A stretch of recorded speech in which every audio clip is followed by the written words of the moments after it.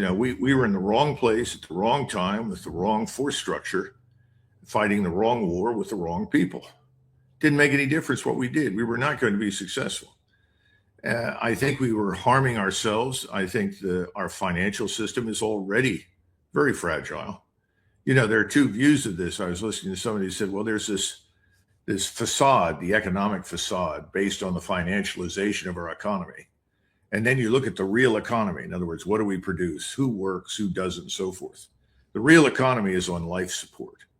The financialized economy is the casino called the stock market. That looks great.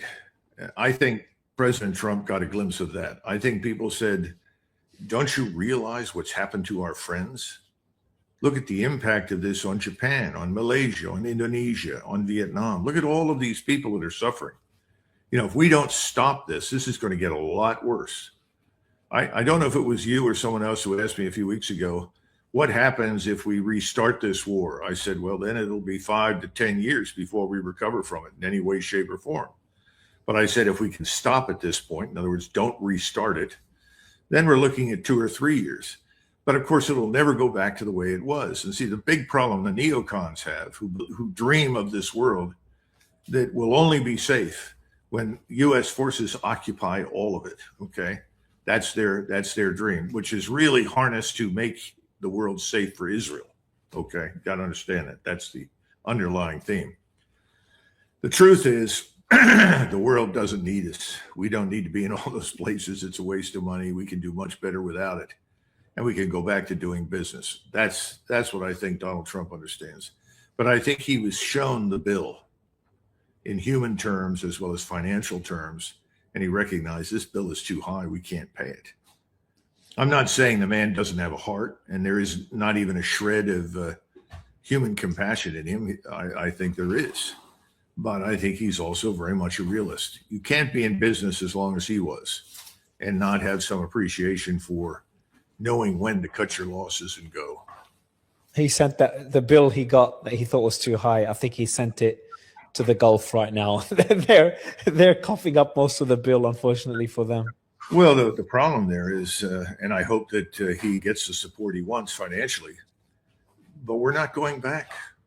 It's just not going to go back to the way it was, for the very simple reason that this change in technology and warfare makes it impossible for us to protect them. That's the real lesson, whether you're in China, Taiwan, Korea, it doesn't matter where you are. We can't protect other people from these kinds of threats. We saw that with the US bases in the region. That was a perfect example. Warfare has changed and strategy needs to adapt. Exactly. And by the way, assuming that if the world doesn't have Americans running all over it is going to be a bad place, I think is a big mistake.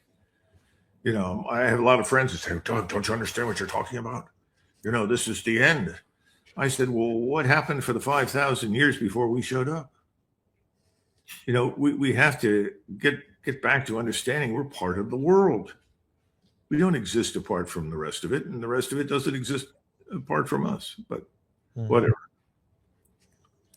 Okay, I have an interesting theory that I've been thinking about for the last week or so.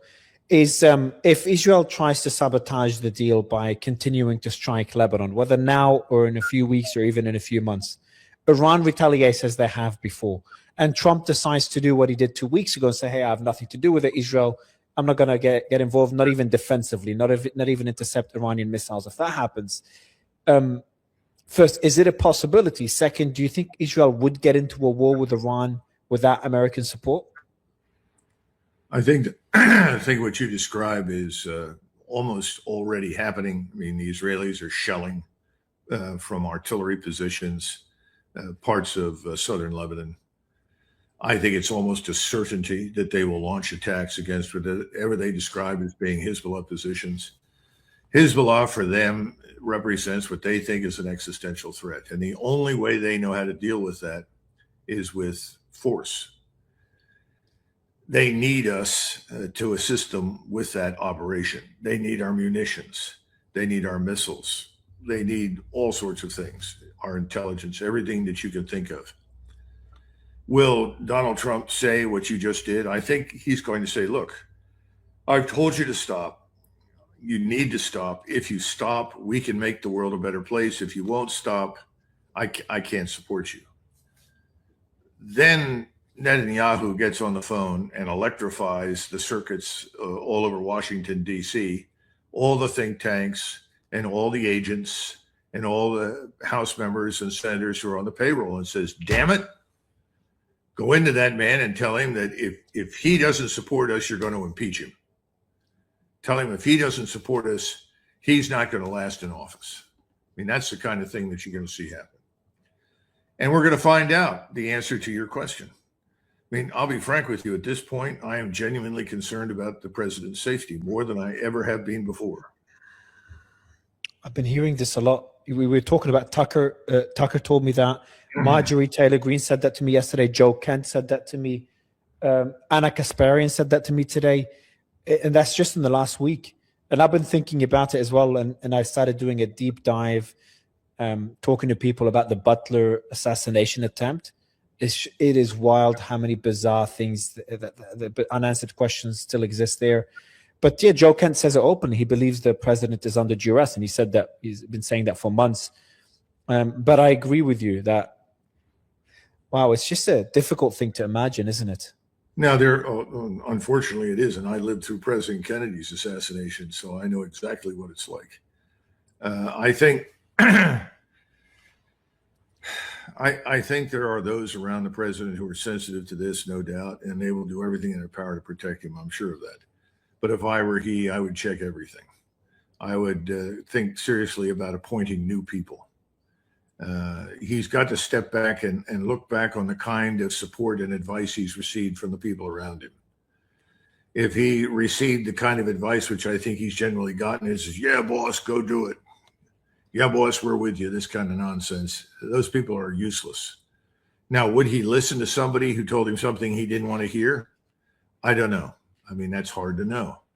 People in power usually don't like people to contradict them. That's because they think they are in power because they knew everything. But we know from history, nobody knows everything. And you have to listen to people. Would he listen to others? We'll see. But I think he needs to think about new appointments. It's very important. The other thing is people are calling for his resignation in many cases. And I don't think he should resign until he has brought this to an end. He has to close out this chapter of American history. That's something he must do. For him to resign at this point is ridiculous. He's been at the beginning of this. He should be there at the end of it. And he should be the one to steer us out of this mess once and for all. Now, after that, if people are calling for his resignation, that's legitimate. That's obviously a decision he has to make. But right now, I don't support that. Right now, my greatest fear is not the resignation at this point. It's the assassination. I have no special intelligence, no special information of any kind to support that concern. It's just the way I feel about it. How by the way, I didn't know you were 16 years old when John F. Kennedy was assassinated. Do you remember that time? Well, I wasn't 16 years old. That's 1963. I was 10. It was a quick chat GPT check during the interview. You were 10. Artificial intelligence. You can't depend on it. Get it. Stop. I tried to seem smart and pretend that I'm good with math. But can I just, I want to find out more why you're so concerned. I don't know how to ask it, but how would it work behind the scenes? I understand how the pressure campaign would work. All the pundits that support Israel would start criticizing Trump. You've got members of Congress starts to threaten to impeach him, speak negatively about him. The media starts to criticize him. Those I understand. How do you think it could escalate to something more sinister? How would that work? And I'm asking you to speculate here. Well, you could start various criminal investigations into all sorts of activities that involve members of his family. Those could be launched quickly. Congress can do that. I'm not saying he's guilty of anything. I'm simply saying there are a lot of things that have been going on, and his personal wealth has grown astronomically since he became president, whereas during the first term, as I recollect, he lost money. During this term, he's increased his wealth dramatically. And of course, some of that wealth is really belongs to his children, who have been involved in all sorts of interesting deals. He's got people around him who are habitual deal makers when it comes to self-enrichment. These things are problematic, and they can be exploited in unsavory ways. And then finally, you have the Epstein files. And remember, he told someone, I can't remember who said it was, it could have been Pam Bondi.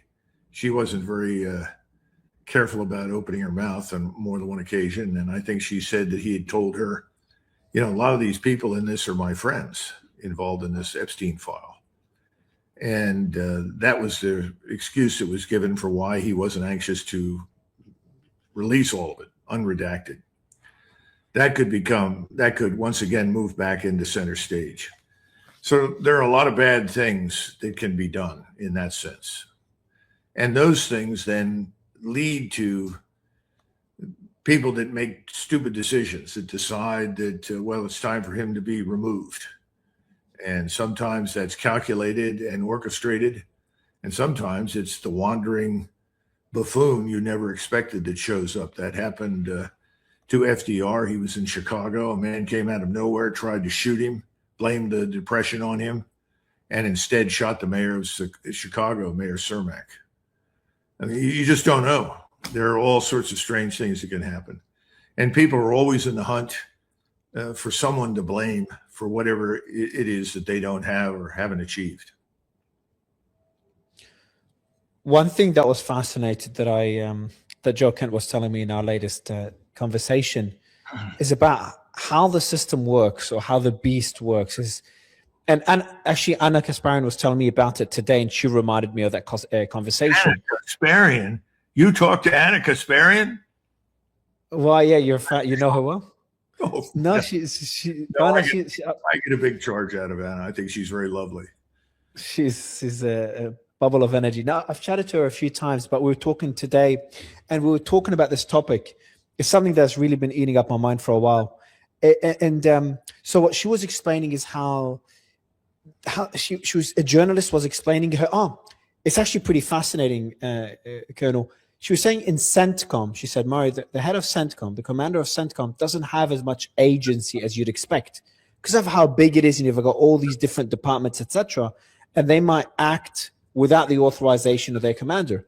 And Joe Kent told me the same thing in other departments, and he's like, Murray, you'd be surprised on how the elected officials, the leaders of these various organizations, they don't have as much power or influence or knowledge or decision making as you'd expect. And that also applies, obviously, to the president. It doesn't have as much agency as you'd expect. You know where I'm coming from. It's like the system, you've got all these, I don't know, I'm not good at describing it, but you've just got all these different individuals within that system that don't always report to who's meant to be boss. And now how that fits into what I'm saying here is just the nature of the beast. That this war, and I know it's been happening for a few years, but this will kind of further exposed how little agency the president has, and how many people have too much influence within this American system. One that you're very critical of is the Israeli lobby and Israeli influence and Netanyahu's influence. But it's something that I'm, finding out more and more about in the last couple of years, and it is worrying. It's very, very concerning to see this.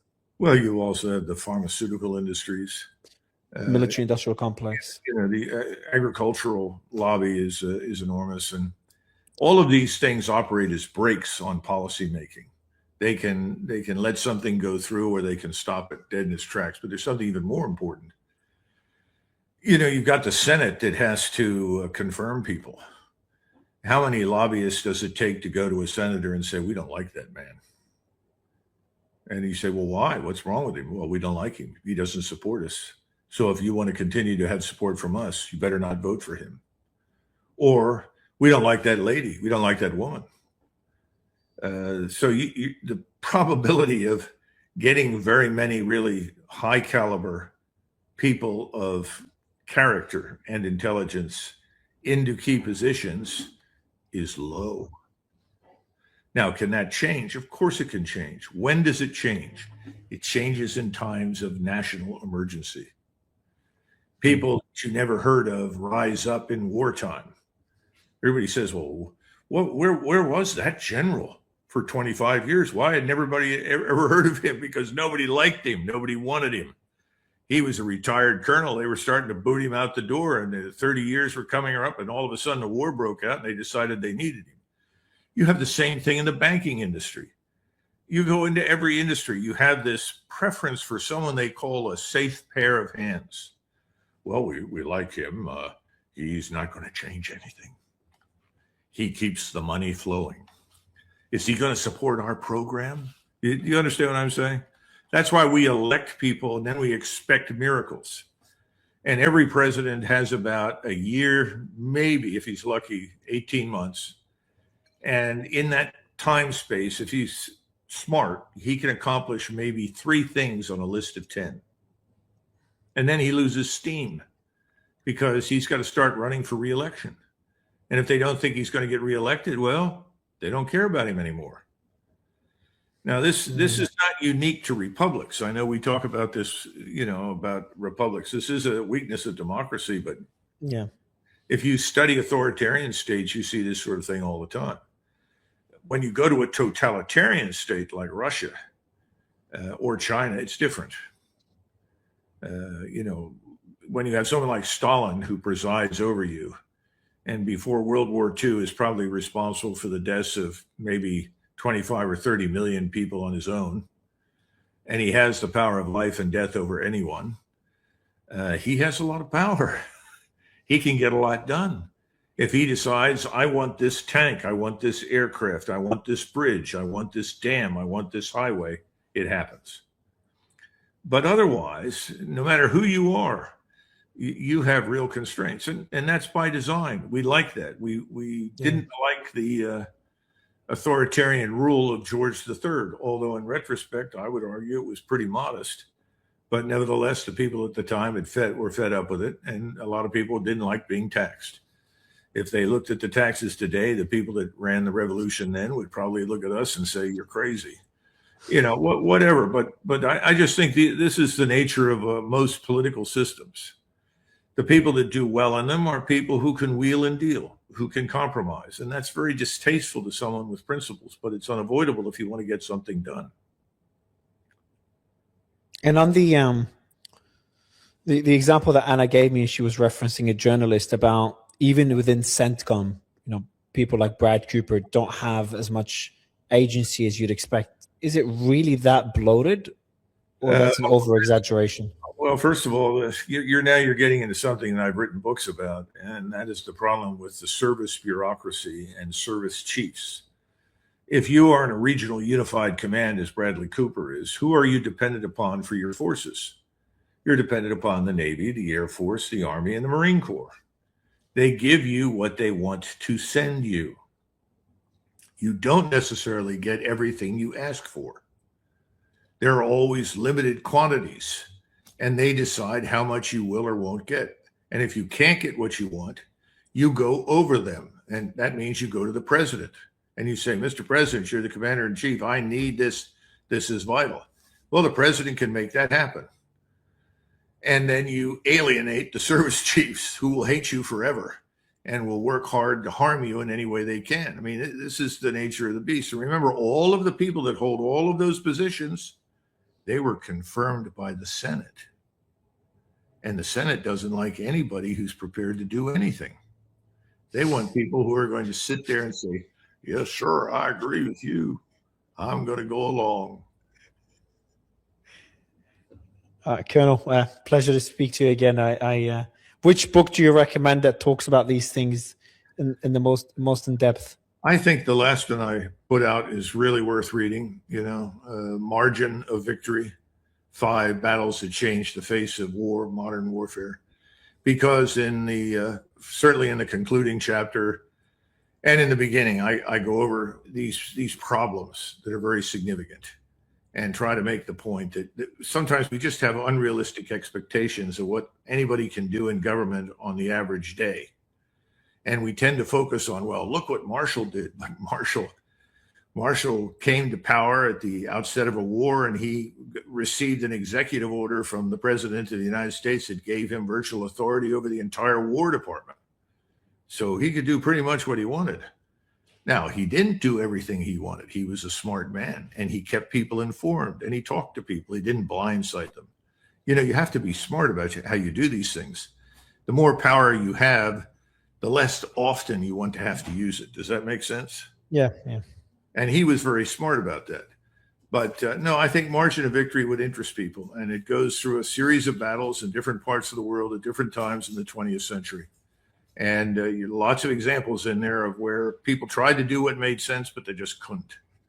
And they were prisoners of other people's decisions. There's no question about it. History rhymes. Colonel, always a pleasure. Thank you so much for your time. Thank you. By the way, my Substack's got a big piece coming out next week that's going to discuss a lot of these things about the tectonic shift in the continental plates of power in the international system. And we'll talk about what we started talking about. Yeah, that's Macgregor Warrior Diplomacy Substack. And it's going to talk about, yes, we have lost significant influence and power and why this has happened. And yes, Iran has won the war. They control the strait. We don't. And they are invincible. They can be, what's the right word? Humbled, but not broken. And when's that piece coming out? That'll be out probably Sunday or Monday.